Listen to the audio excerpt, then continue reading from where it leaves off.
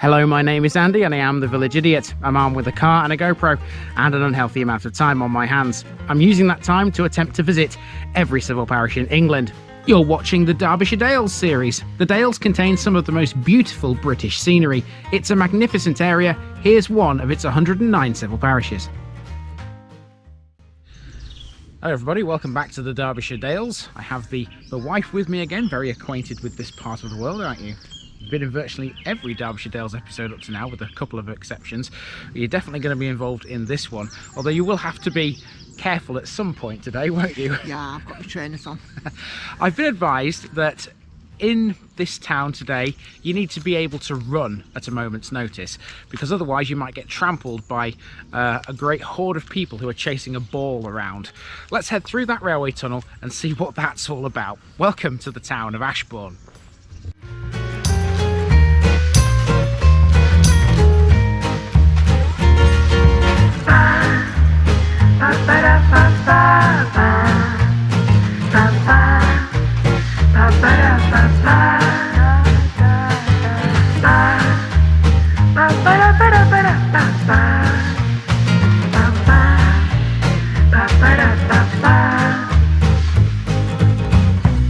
Here's my disclaimer for people who may be watching me for the first time. I say things as I would in my native accent and dialect.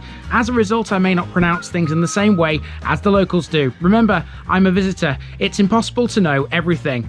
Leave me a comment, spin me a like and bash that subscribe button. Let's get to today's parish video.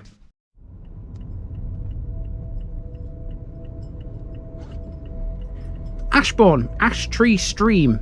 Deep in the heart of the Derbyshire Dales, there lies a town with an ancient tradition, one which sees a crowd take to its streets for 2 days of the year to watch a football match like none other you've ever seen before.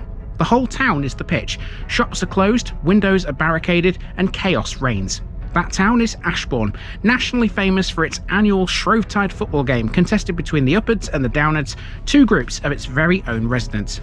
Lying in a valley and split by the fast-flowing Henmore Brook, Ashbourne is a market town with countless historic buildings, including several almshouses and an old grammar school. The spire of St Oswald's Church reaches high into the Derbyshire skies, giving the town a presence for several miles on the horizon. This was also the birthplace of Katherine Booth, the mother of the Salvation Army. It's a place with a rich industrial heritage too. It was here where Nestle produced Carnation condensed milk in a huge factory, now lost under modern development. It was served by a railway line which ran to Buxton, but only a handful of clues remain to its existence, the largest being a 350-metre long tunnel that links Ashbourne to the Tissington Trail. So with lots to cover, let's get cracking. Down with it!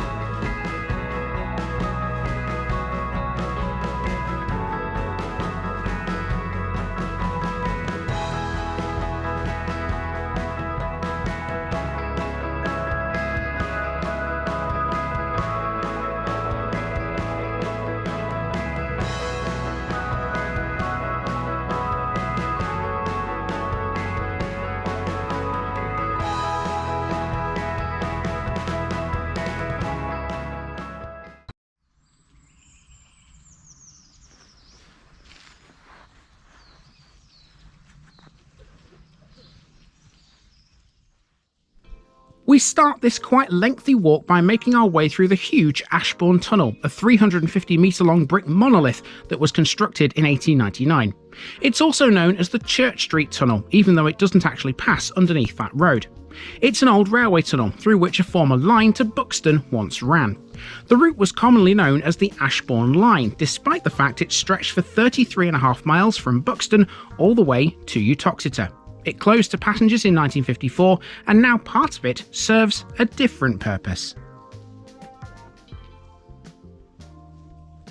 The course of the line up to Parsley Hay is called the Tissington Trail, a popular recreational walking and cycle path. Ashbourne is where the trail officially begins, at the car park where we started. The tunnel serves as an extension to the trail, allowing users of it to easily access the town centre. It was developed as such by Sustrans, who added a surfaced path and lighting in the tunnel's roof. It opened in the year 2000. In the days of trains, the town had two stations, one on the Ashbourne line and the other on the Churnip Valley line, which we last met in Roaster. Now out of the tunnel we meet the Henmore Brook for the first time. This is a tributary of the River Dove and it splits Ashbourne into two pieces. Remember that, it'll become important later. The route of the railway continues into a car park for the local leisure centre, which stands close to the site of Ashbourne's old railway stations. This is operated by Freedom Leisure and it's open daily between 6:30 AM and 10 PM. Its facilities include a swimming pool, which over 60,000 students attend every week for lessons. It also has a gym and a sports hall too. With some rather creepy looking skulls eyeing us at the entrance gates, we found our way to St Oswald's Church. This has a 215-foot high spire, which makes it easily the tallest structure in Ashbourne. St Oswald's is built in the early English style and its oldest parts date back to around 1220. There are a few remnants of earlier Norman construction and the south aisle also has part of a Saxon cross shaft. From 1837 to 1840 it was restored by Lewis Nockels Cottingham and then in the 1870s by George Gilbert Scott, who added the battlements to the chancel. If you stand in the churchyard you can't miss these almshouses. There are no fewer than 8 blocks of almshouses in Ashbourne and this route passes at least 4 of them. This block was built with the money left in the will of Nicholas Spalding, dated 1710. We'll mention him again later. Next to the almshouses is the church hall, built in 1991. This looks like it's disused currently, and it is, but only temporarily. According to a notice on a board at the church, it's had some issues with flooding. That's probably from Henmore Brook, which runs nearby. It'll be back open again soon. Out onto Mayfield Road, next we're talking schools. Seen here is the old National School, built in 1857. It's now Ladybird's Preschool. A few steps further and you're at a primary school. Both are very ornate and beautiful structures, but it's the next building that steals the show along here. This is the original Queen Elizabeth's Grammar School, which was founded in 1585. That makes it one of the oldest grammar schools in the country. Its first headmaster received a salary of just £20 per year.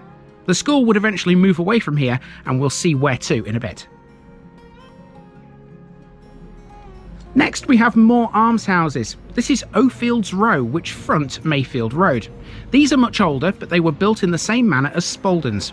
Richard O'Field, by will, dated the 28th of January 1630, gave £100 to erect 8 almshouses for the poor people of Ashbourne, and they duly did. Christopher Pegg did the same thing, and right next door is his row. There are 6 of these, but they're aligned perpendicular to the road and face a garden. Pegg's almshouses were sold by auction at the White Lion Hotel in 1981 for £7,000. Well, so far we've covered a railway tunnel and one street with the church on it, and already there's been loads of historic buildings. It's amazing. Now then, we're going to turn down this road next, Station Road I think this is called, where Nikki's heading. We're going to go down the side of the car park where we were a moment ago, heading towards the south of the town. Yes, this is indeed Station Road, and the historic buildings are just going to keep on coming. Down here you don't need to go far to find another, Century Hall.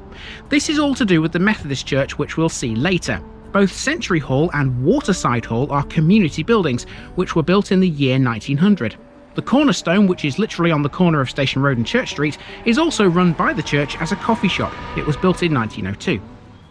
Continuing south, we cross Henmore Brook again, this time via a high bridge as we head for King Edward Street.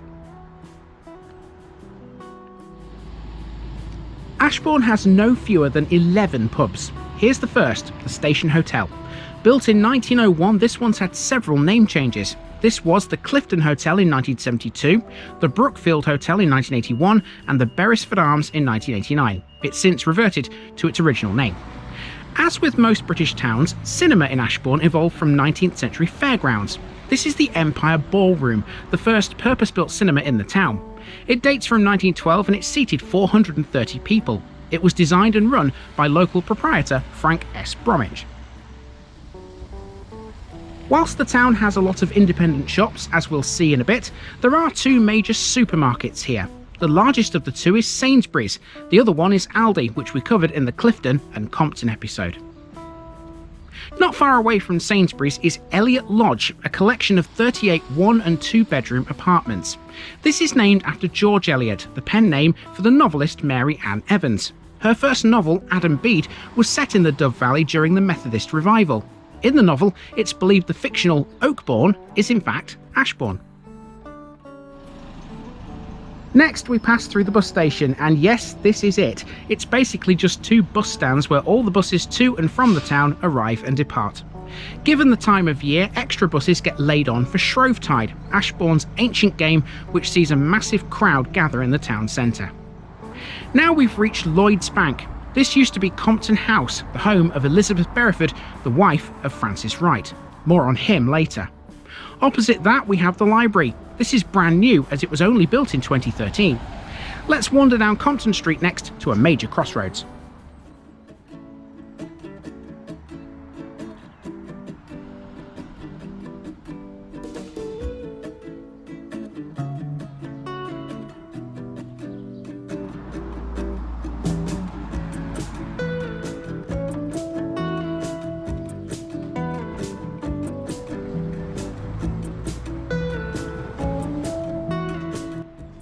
As we approach the crossroads, you can see a chapel on a hill. That's a former Zion Methodist church founded by John Cooper in 1801.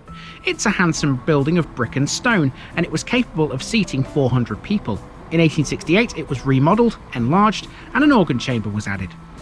This crossroads is where Sturston Road and Clifton Road meet the main modern route to Derby. This is easily the busiest junction in the town, despite the fact the modern A52 bypasses Ashbourne to the south, carrying much of the local traffic.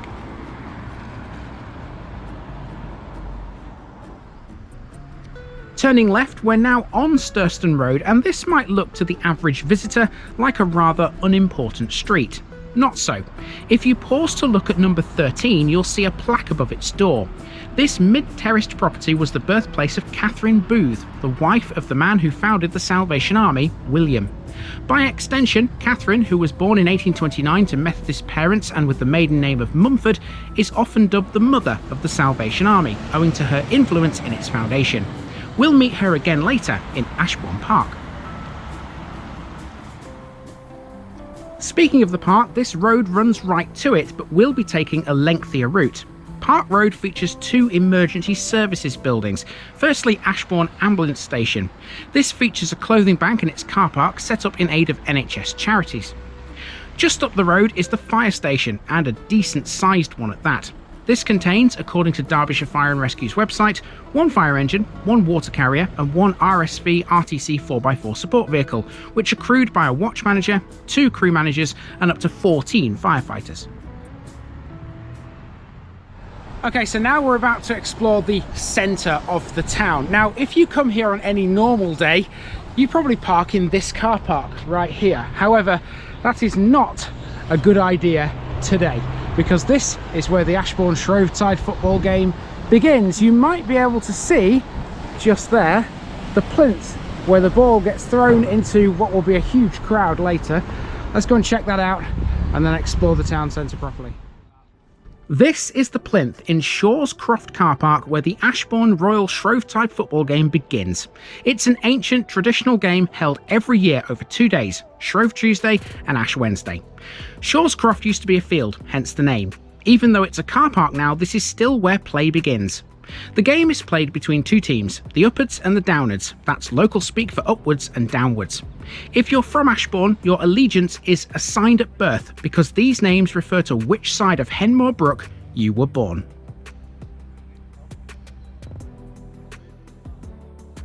The earliest written account of the game dates from 1683, but it's believed to have been played here since time immemorial.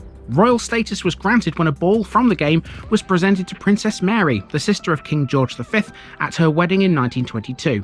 Both Edward VIII and our current king have been here within the last century.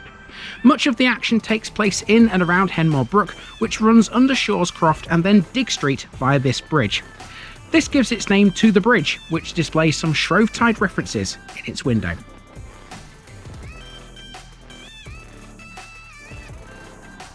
Bang next door is the Coach and Horses, not to be confused with the pub of the same name at Fenny Bentley, not far away from the town. And speaking of the town, for the next few minutes we'll be exploring the centre. It's an attractive Georgian market town, and it was the meeting point of 6 coaching roads. No wonder it has so many pubs. Its local importance has led it to become a prime commercial centre for surrounding villages. It still enjoys that status today, and since 2005 Ashbourne has held fair trade town status.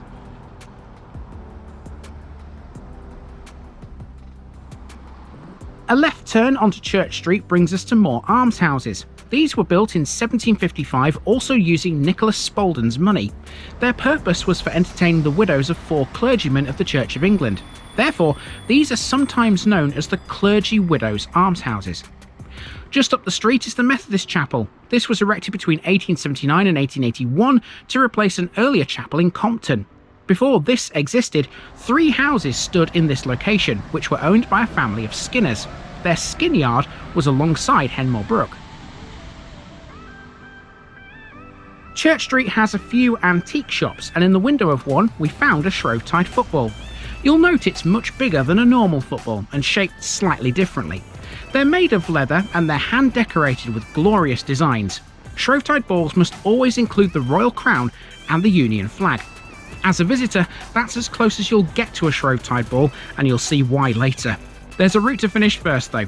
Heading back down Church Street we passed a loopy sewing studio and a red phone box which still has a working telephone.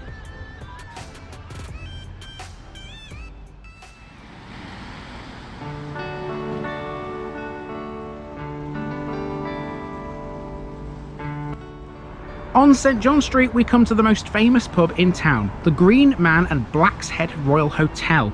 The rare gallows sign across St John Street is a popular meeting point in Ashbourne. It used to have the caricature of a black man's head atop it, but in 2020 it became the focus of a racial debate. It was removed after a petition gathered more than 40,000 signatures. If you head under the archway off the road, you'll find yourself in a series of little alleyways and courtyards near Shawscroft car park, which you could easily get lost in.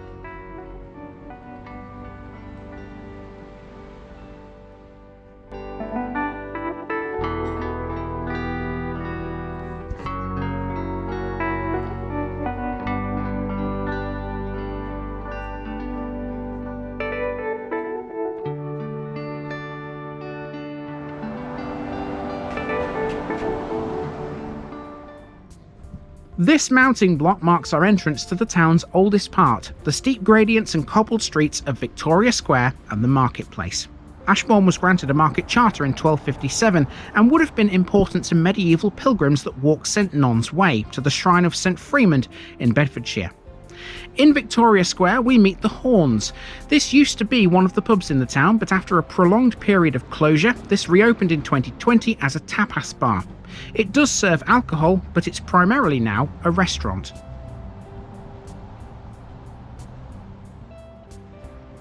Into the marketplace, and here's the White Swan, and this one definitely is still a pub. This area is notable for the market, held here every Thursday and Saturday. If you visit the market, you might be interested in the Francis Wright Memorial, which stands on its cobbles.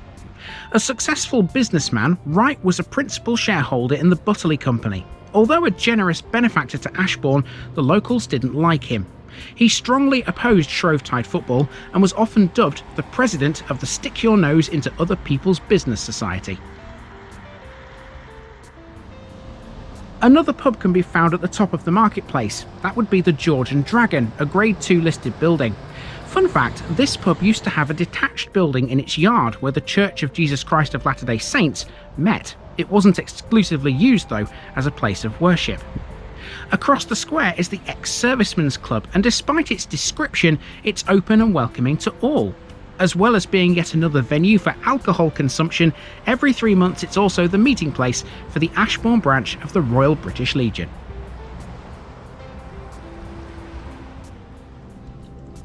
Facing the square is a cast iron milepost, cementing the town's history with the coaching roads. You can find that right next to a parish notice board outside the Ashbourne Historical Centre. Mark off another in the Derbyshire Dales, everyone. That's 16 we've completed so far.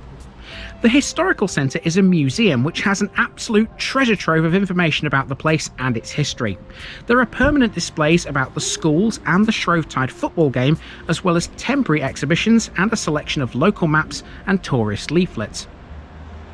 The building next door is the Elite Cinema. This was opened in 1929, and like the Empire, this was also run by Frank S. Bromwich. It closed in 1976 and became a shopping arcade and a nightclub, all rolled into one. In 2023, it opened again as a cinema, this time with theatre facilities. Okay, so the time now is about 12 and everything is starting. Oh, there's a collection going on. As I was saying, the time now is about 12 and everything is starting to close because in a couple of hours time there's going to be a massive scrum walking through this town centre. As you can see, there are plenty of shops which have got the boards on around me here. Here we go, look, here's Ryman Stationery for a good example. Don't want no broken windows, do we? I bet it's happened in the past though. We just managed to just catch somewhere where we could take the weight off our feet for a little while, and I'm glad that we did just then, because we've just come out at what, 12? Yeah. And it's closed behind us. Yeah, there you go. That just shows if you want food and drink in Ashbourne on this particular day, then you need to time it right. This is Madge House, originally a coaching inn called the Old Nag's Head, which dates from 1703.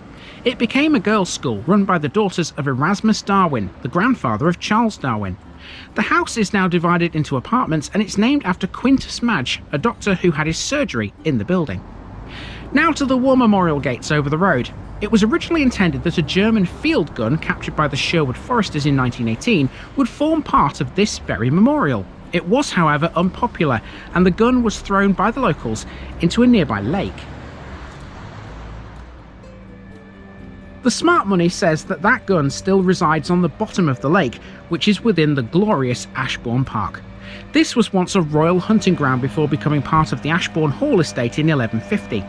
In 1922, the estate was sold off and much of the ornamental gardens were turned into housing. The rest is now this park. Among its many features is a copper bust, that of Katherine Booth, which takes pride of place in one secluded corner. This was erected in 1961 by the Salvation Army. Let's wander through the park as we make our way next towards a school.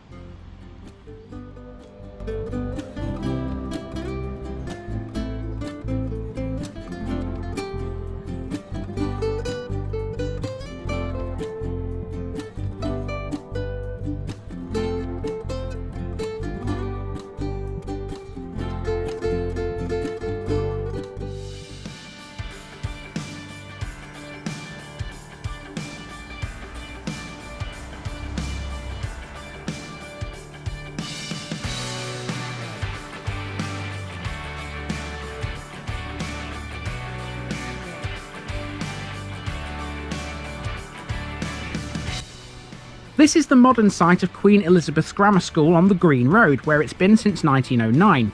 Prior to 1973, this was still a grammar school with an 11+ entry exam, but now, despite its name, it isn't anymore. In that year, it merged with Ashbourne County Secondary School on Old Derby Road.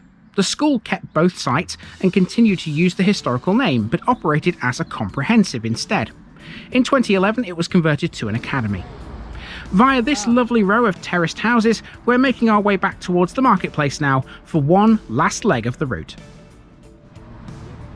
The last landmark is halfway up Buxton Road, the steep hill that climbs the side of the valley that Ashbourne lies in.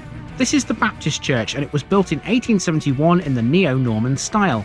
It was built for around £8,000 and it was paid for by Francis Wright. It's made of local sandstone from Mayfield and it contains a clock and one bell. Wright's business background with the Butterley Company also explains why it has internal cast iron pillars. Its east window is a war memorial, a fine example of the work of A.J. Davis from the Birmingham School of Art. Okay, so we've reached the top of the hill. Ideal place for a windmill, of course, on top of a hill, which is why there's a windmill lane right there. I imagine there was a windmill at some point. At the top of the hill, there's the Bowling Green bed and breakfast, just here. And then if we head down this road, take us back to where we began at the Tissington Trail. And that's been the walk around Ashbourne, but of course we're not done with this place yet. Once we reach the car, we'll have a little breather and then we'll go back into the town and see the start of the Royal Shrovetide football game. Have we got time for a kip? You might need it actually. So here we are then, back at the Tissington Trail where we began. We're going to have a little bit of a break here. It's about 1:45, so we've got about an hour before things really start to kick off. It starts at 2 o'clock. That's when the ball is turned up from the plinth and the game begins. Although, as I understand it, the crowd start gathering before that, which is understandable. I just want to see who's chucking the ball off the plinth actually this year. It'll be quite interesting. I don't think we're going to get a royal figure, but yeah, I suppose we'll find out in a few moments' time. Now, when the game begins, I understand it's quite a fast game and you may need to run to get out of the way of the action. In which case, I'm not going to be using my tripod to film all the melee, the ensuing melee that happens. I'm going to be using this for the very first time. You saw my escapades with the head strap on Sperm Point in the Easter Riding series. Well, this is a very similar device. It goes on your chest instead though, which is probably better because it means I can see what's going on through the camera lens still. When it's up here on my head, I can't see a thing, and I definitely do want to catch the best of the action. So here we are back at Shawscroft car park. It's about 1:15 here. As you can see, the crowd is beginning to gather, but it's nothing like what it will be in just 30 minutes time. As more bodies start to populate the car park, you can feel the tension in the air. Some supporters of both the Uppards and the Downards are easily recognisable as they wear hoodies or t-shirts proudly showing their allegiance. Visitors are welcomed, but only the locals are allowed to play the game. And areas of play. A park and ride scheme has been set up for drivers on the industrial estate at the top of Derby Hill. Please use it. Listen to advice from the marshals. The marshals have your safety, the protection of property, and the continuation of the game as their priorities. Please respect them. Remember, you play the game at your own risk. The Ashbourne Royal Shrovetide Football Committee hope you have an enjoyable day. Respect our Ashbourne Shrovetide game and it will continue. Abuse the privilege and the game is lost forever. After a series of announcements over the tannoy, the crowd start to make their way towards the plinth for the pre-game ceremony. We followed suit, but finding a good space to see everything isn't easy. The game has 2 balls, one for each day of play. They're delivered to the plinth through the crowd, where they're then thrown into the sea of people below. The act of throwing the ball is known as turning up. That's what our current king, Charles III, did in 2003 when he was the Prince of Wales. The game starts at 2 PM on each day and ends at 10 PM, unless a goal is scored after 6 PM. If that happens, play ends for the day. If a goal is scored, the person who scores, or goals the ball, is allowed to keep it. If no goal is scored though, the turner-up retains it. The goals are 3 miles apart. One is in Clifton, the other is in Sturston. They were originally mill wheels. Today, with the mills demolished, the goals are represented with purpose-built stones, upon which the ball must be touched 3 times for it to be goaled. The whole town is the pitch, but there are some areas that are out of bounds. Before the game can begin, everyone is reminded of the parts of Ashbourne which are no-go zones. Wherever they might think, please can you move them as soon as possible to safe places, use the park and ride or wherever. Please. Areas of no play. All churchyards, the Kingdom Hall, and all places of worship. Lastly, before the game starts, 2 songs are sung, Auld Lang Syne and God Save the King.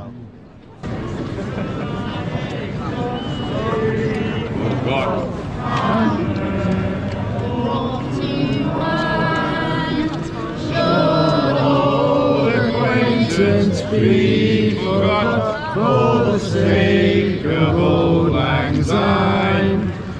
For Auld Lang Syne. Auld Lang Syne.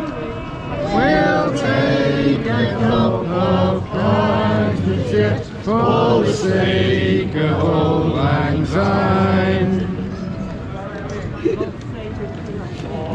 God save our gracious King, long live our noble King, God save our King. Send him victorious, happy and glorious, long to reign over us, God save the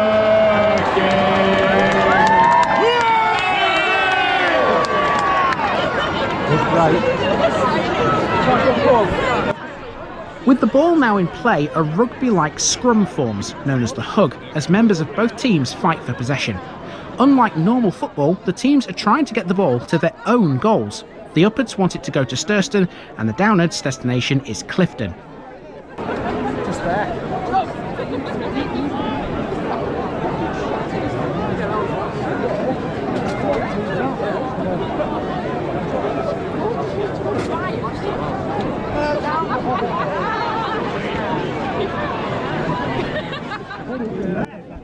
It's not long before the hug starts to move, and it moves fast. You have to move quickly if it comes your way.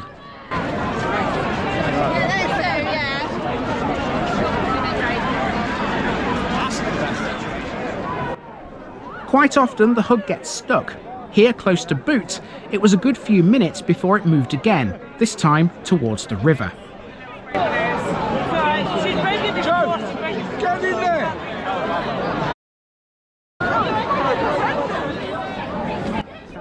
Although knowing the geography of the town isn't essential, it's helpful. If you have an idea of where the ball is, you can move to a decent vantage point. Quite often, though, the hug is out of sight.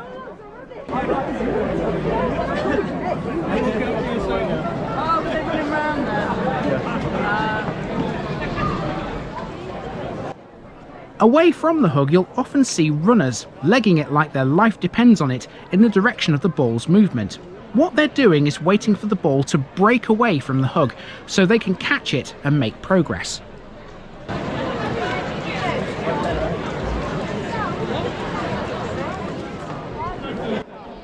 Although you can't always tell where the hug is, sometimes it's obvious. Humans tend to sweat quite a lot when they move in packs, so you'll often see a plume of steam rising from the hug's centre.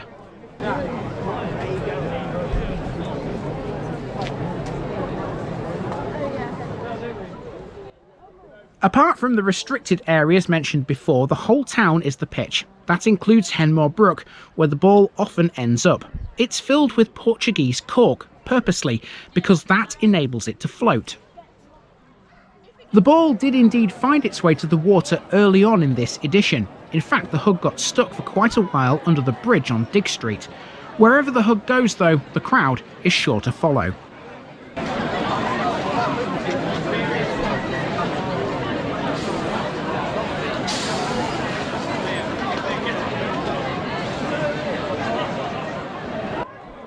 When it did eventually break, the ball made its way back to the car park where it started like lightning, prompting a mass exodus away from the bridge and over to Ashbourne Park.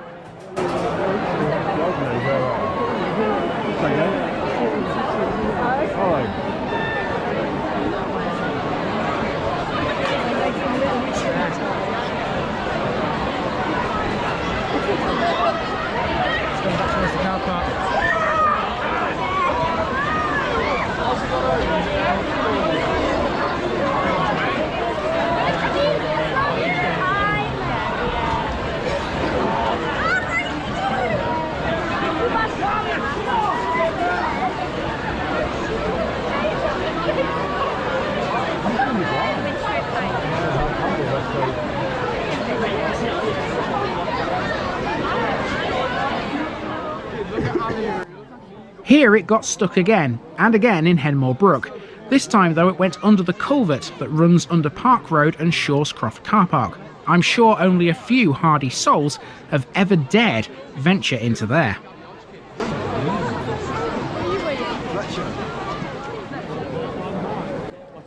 Getting wet, though, is guaranteed to be part of the game.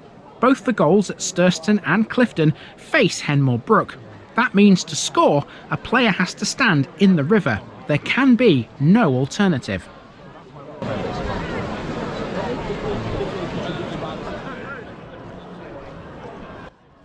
It was never our intention to stay for the whole game. We watched the action for an hour or so, but with a few landmarks left to cover and the lights starting to fade, we headed back through the eerily quiet streets, the ones far away from the Hug.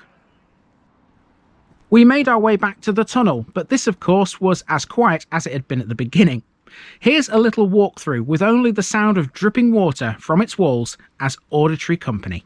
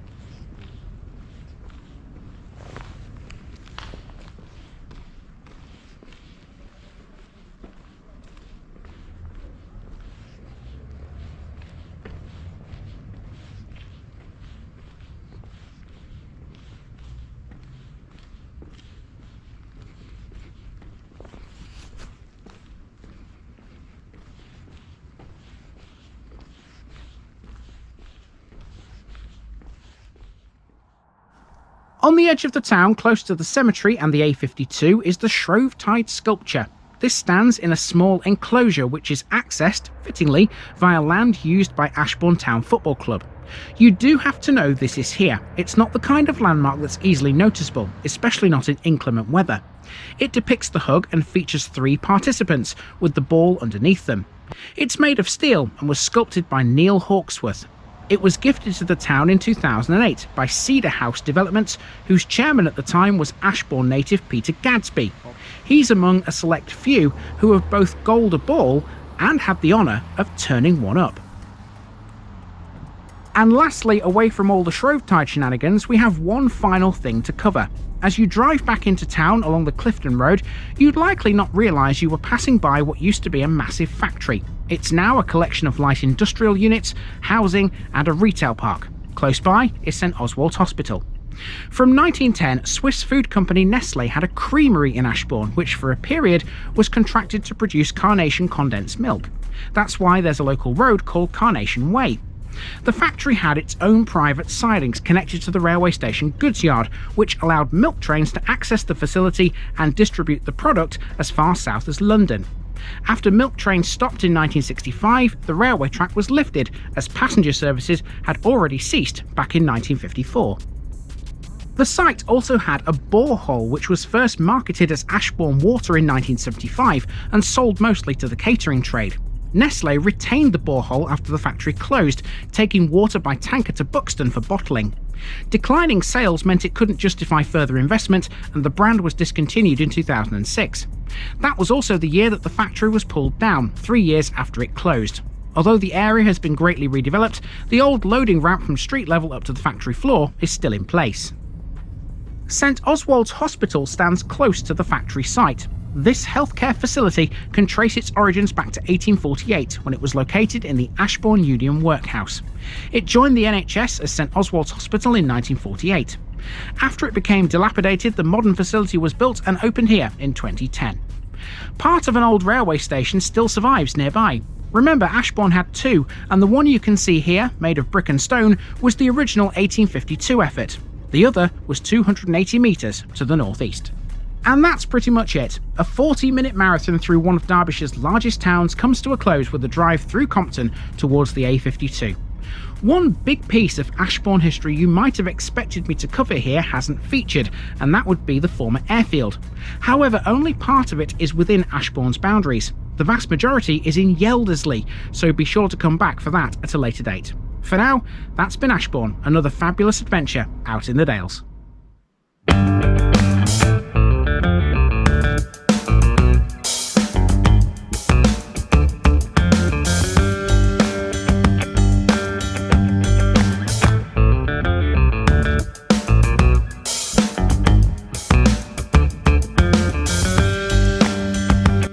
Thanks for watching this video, folks. Don't forget to like this episode if you haven't already. It really makes a difference with YouTube. If you're new here, subscribe to the channel for more videos like this, and give us a share too if you've got friends who'd like it. You can find all the links to my social media accounts below, as well as my Buy Me a Coffee page where you can donate to the channel. Also, if you've enjoyed this episode, have a look at some more videos in this series. Until next time, I've been Andy, also known as the Village Idiot, and I'm out.